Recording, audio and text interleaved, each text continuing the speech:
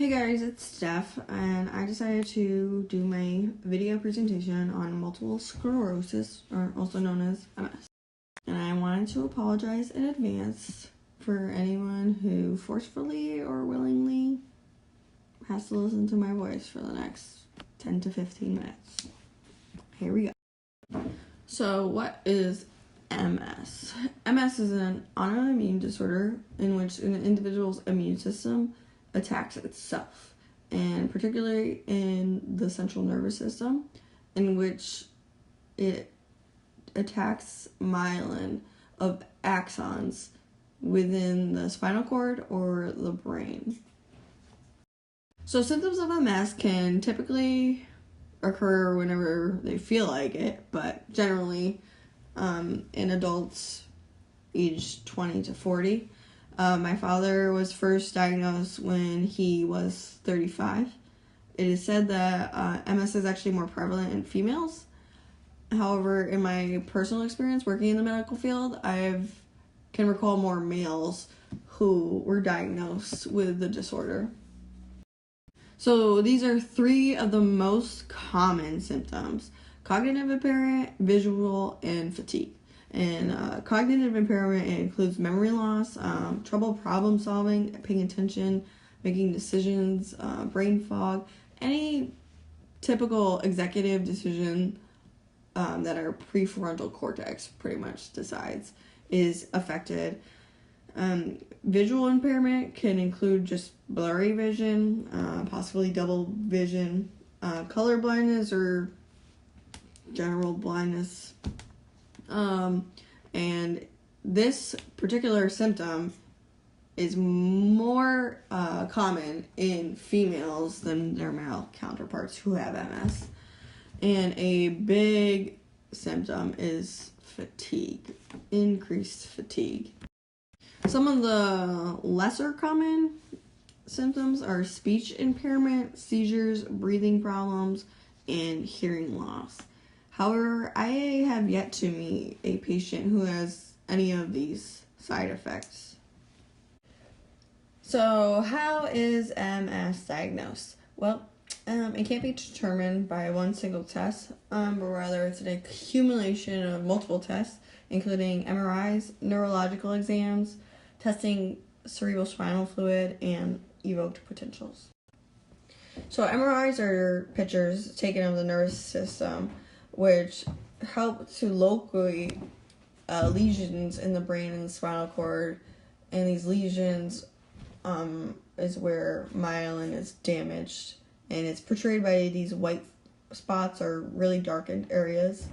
Neurological exams, they're done to assess a person's vision, coordination, balance, cognitive function, as well as hearing, to see, kind of target where exactly the myelin is being attacked within the nervous system and try to localize it.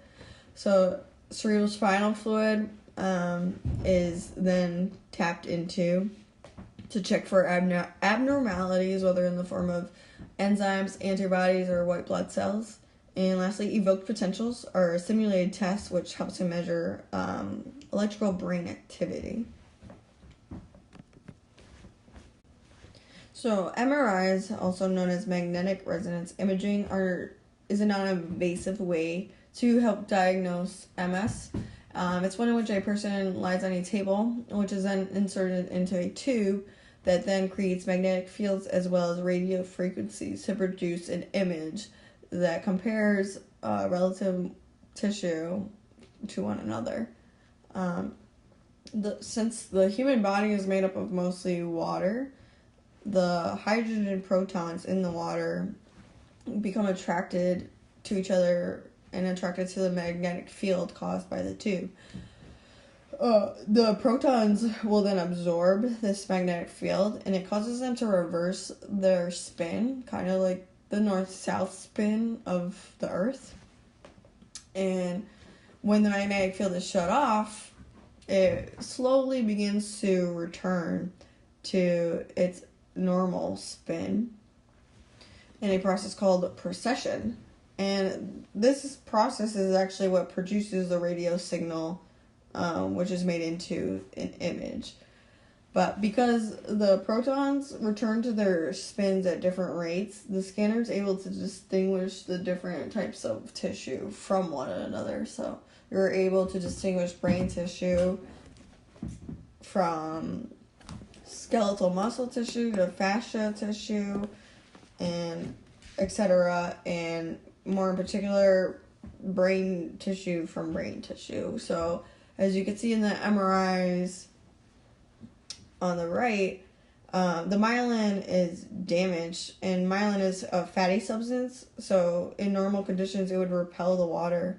However, because it is damaged, the water will pool up inside the pockets where the myelin is damaged, and then it's revealed, as you can see, in these white spots.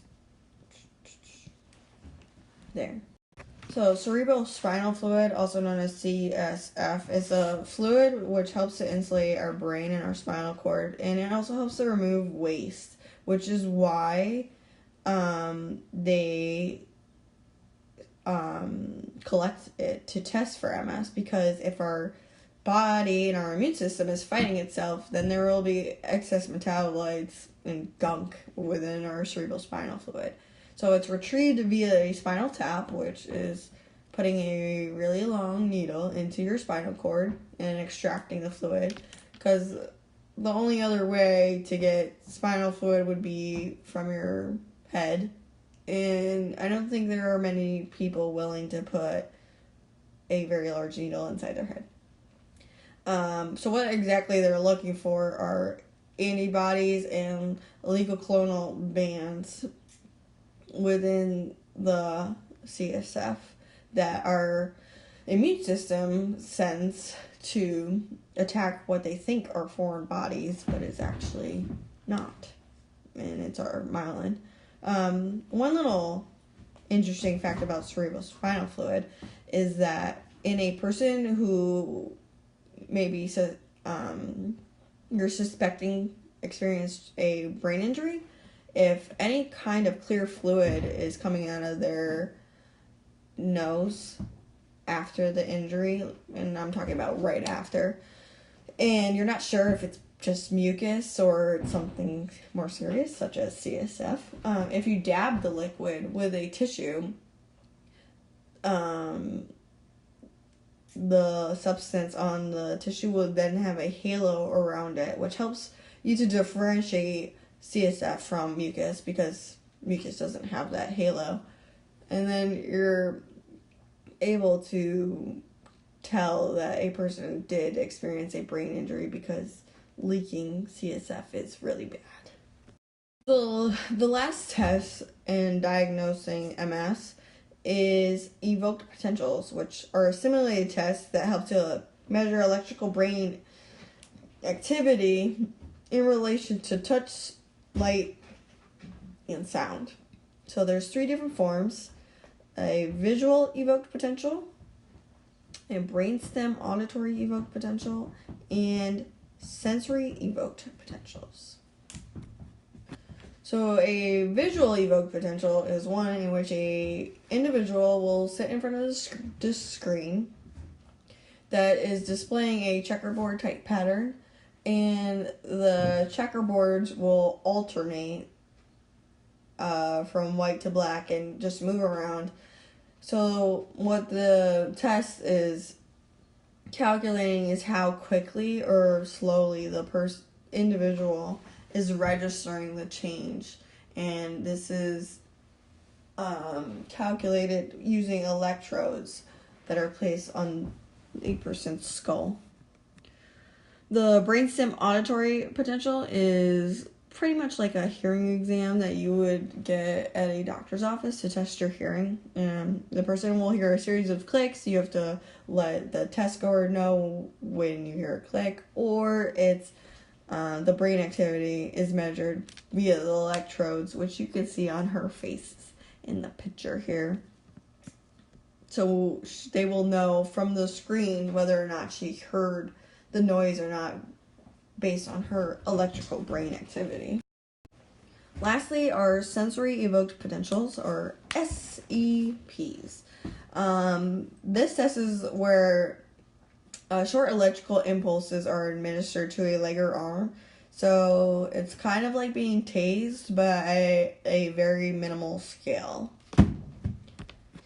So they've actually gone on to use this technique in a medical device that some individuals with EMS have. I know my father has it.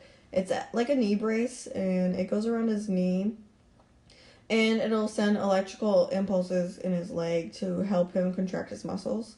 So when he had first gotten this device, he put it on my leg, which is a healthy and fully functioning central nervous system. And I'm pretty sure he cranked it to the highest setting possible so that my leg immediately contracted without me wanting it to. And while it didn't hurt, I didn't feel like I was getting electrocuted or tased. It wasn't comfortable, and I never wanted to do that again. But in an individual whose synapses are disturbed when they want to walk or contract their legs, the electricity is unable to reach the axon terminal, which is going to tell our motor neurons to do their job. So in my father, when he was first diagnosed, I grew so anxious being around him because he started tripping over his own feet and falling a lot because they just weren't doing what he wanted them to do.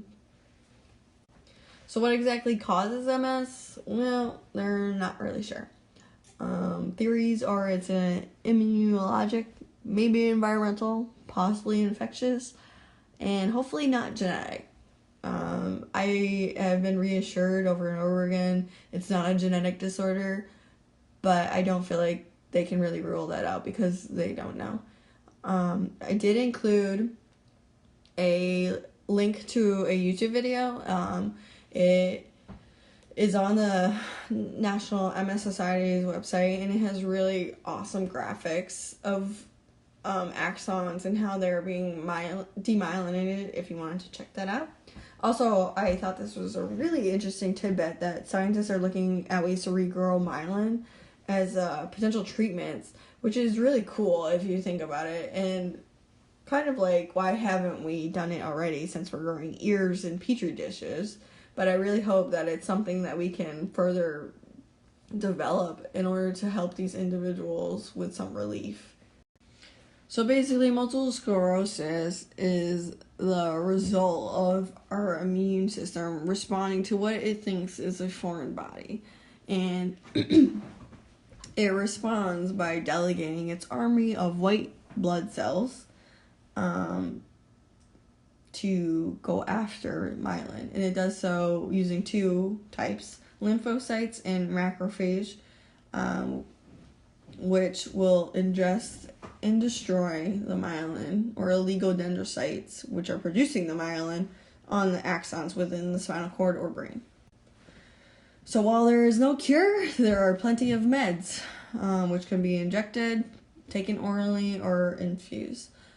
Two particular types, they're not conclusive, but they're corticosteroids, which will help reduce the inflammation that's being caused by the immune system's response to eating itself, essentially, and plasma exchange, which is where your blood plasma is replaced with albumin, I think that's how you say it. I know for my father, he has an invasive pump installed within his body, and it releases baclofen, which is a muscle relaxer, continuously throughout the day. So what my father began to experience was really intense and painful muscle spasms as a result. So the muscle relaxer helps, obviously, his muscles to relax so that he doesn't get those spasms. However, unfortunately, with technology, it can go wrong, and recently his pump was working in overdrive and was releasing way too much baclofen, and my father's legs were like jello and he couldn't move at all. So with every plus, there could always be a minus.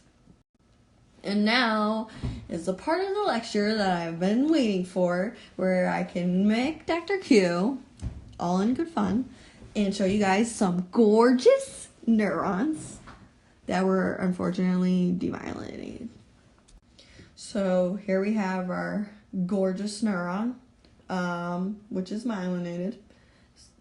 And as you can see up here in the left, the damaged areas, which is where the water pools in an MRI, that helps to show us where the damage is and the lesions to the axons. And in this image, it shows you the process of myelin being demyelinated by these white blood cells, the lymphocytes and macrophage. So yeah, that is my presentation on MS. I hope you guys were able to learn something new and weren't completely bored out of your minds. Thank you.